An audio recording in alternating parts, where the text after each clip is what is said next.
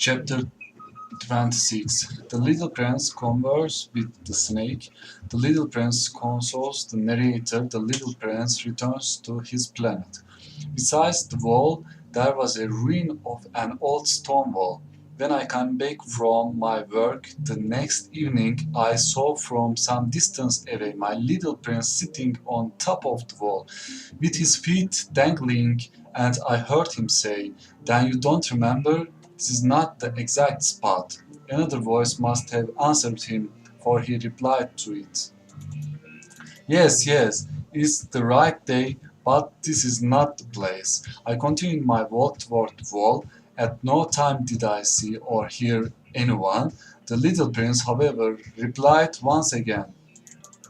"Exactly, you will see where my track begins in the sand. You have nothing to do but wait for me there. I shall be there tonight." I was only 20 meters from the wall, and I still saw nothing.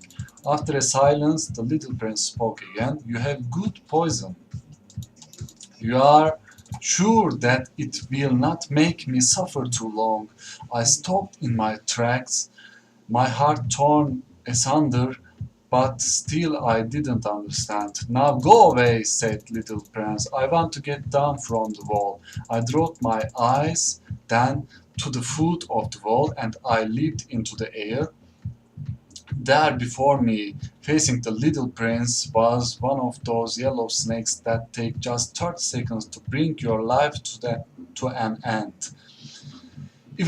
Even as I was digging into my pocket to get out my revolver, I made a running step back, but at the noise I made, the snake let himself flow easily across the sand like the dying spray of a fountain, and in no apparent hurry disappeared, with a light metallic sound among the stones. I reached the wall just in time to catch my little man in my arms. His face was white as snow. "What does this mean?" I demanded. "Why are you talking with snakes?" I had loosened the golden muffler that he always wore. I had moistened his temples and had given him some water to drink, and now I didn't dare ask him any more questions. He looked at me very gravely and put his arms around my neck. I felt his heart beating like the heart of a dying bird shot with someone's rifle. "I am glad that you have found what was the matter with your engine," he said.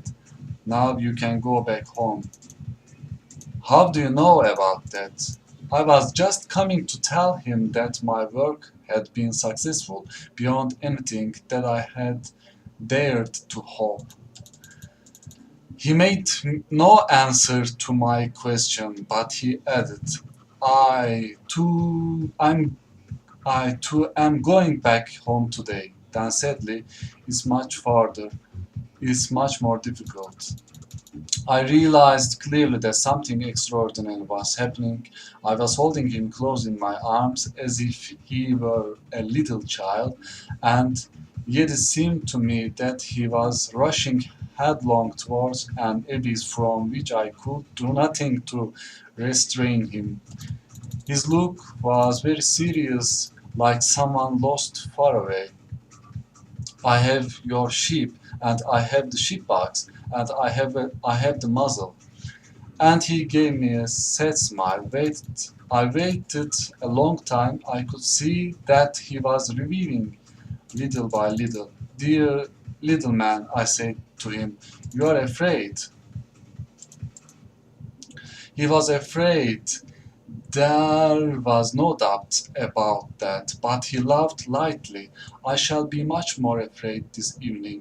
Once again I felt myself frozen by the sense of something irreparable, and I knew that I could not bear the thought of never hearing that laughter anymore. For me, it was like a spring of fresh water in the desert. "Little man," I said, "I want to hear you laugh again, but He said to me, "Tonight it will be a year, my star, then can be found right above the place where I came to the earth a year ago."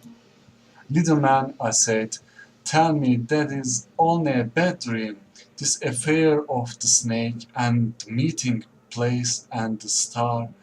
But he didn't answer my prayer. He said to me instead, "The thing that is important is the thing that is not seen." Yes, I know. It's just as it is with the flower. If you love a flower that lives on a star, it's sweet to look at the sky at night. All the stars are abloom with flowers. Yes, I know. It's just as it is with the water because of the pollen and the rope. What you gave me to drink was like music. You remember how good it was? Yes, I know.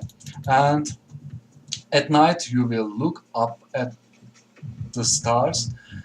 Where I live, everything is so small that I cannot show you where my star is to be found. It's better like that. My star will just be one of the stars for you, and so you will love to watch all the stars in the heavens. They will all be your friends, and besides, I'm going to make you a present." He laughed again. "Oh, little Prince, dear little Prince, I love to hear that laughter. That is my present, just that I will be as it was when we drank the water." "What are you trying to say?"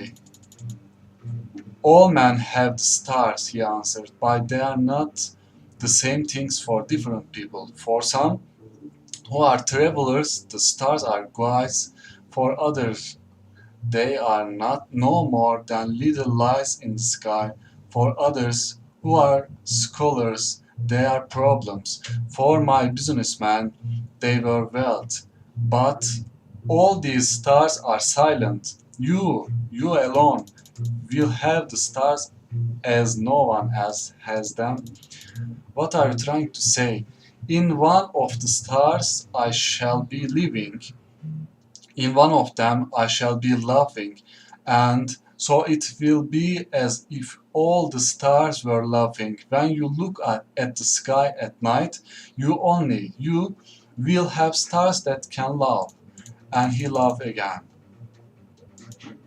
"And when your sorrow is comfort, time choose all sorrows, you will be content that you have known me.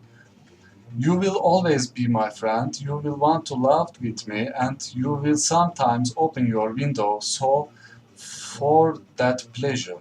And your friend will be properly astonished to see you laughing as you look up the sky. Then you will say to them, 'Yes, the stars always make me laugh.' And they will think you are crazy. It will be a very shabby trick that I shall have played on you." And he laughed again. "It will be as if, in place of the stars, I had given you a great number of little bells that knew how to laugh." And he laughed again, then he quickly became serious. "Tonight, don't come," said the little prince. "I shall not leave you," I said. "I shall look as if I were suffering. I shall look a little as if I were dying. It's like that. Don't come to see that. It's not worth the trouble. I shall not leave you." But he was worried. "I tell you, it's also because of the snake. He must not bite you. Snakes, they are malicious creatures. This one might bite you just for fun." "I shall not leave you." But a thought came to reassure him. "It's true that they have no more patient poison for a second bite." That night I didn't see him set out on his way. He got away from me without making a sound. When I succeeded in catching up with him, he was walking along with a quick and resolute step. He said to me merrily, "Oh, you are there," and he took me by the hand, but he was still worrying. It was wrong of you to come. You will suffer. I shall look as if I were dead, and that will not be true. I said nothing. You understand, it's too far. I cannot carry this body with me. This is too heavy. I said nothing. But it will be like an old abandoned shell. There is nothing said about old shells. I said nothing. He was a little discouraged, but he made one more effort. You know, it will be very nice. I, too, shall look at the stars. All the stars will be wells with a rusty pulley. All the stars will pour out fresh water for me to drink. I said nothing. That will be so amusing. You will have 500 million little baths, and I shall have 500 million springs of fresh water. And he too said nothing more because he was crying. Here it is, let me go on by myself. And he sat down because he was afraid.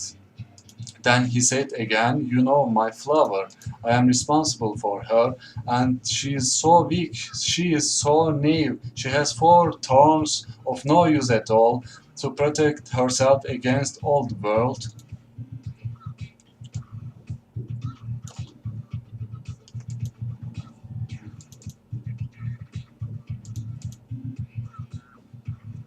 I too sat down because I was not able to stand up any longer.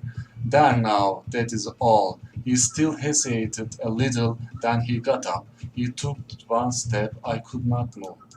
There was nothing but a flash of yellow close to his ankle. He remained motionless for an instant. He didn't cry out. He fell as gently as a tree falls. There was not even any sound because of the sand.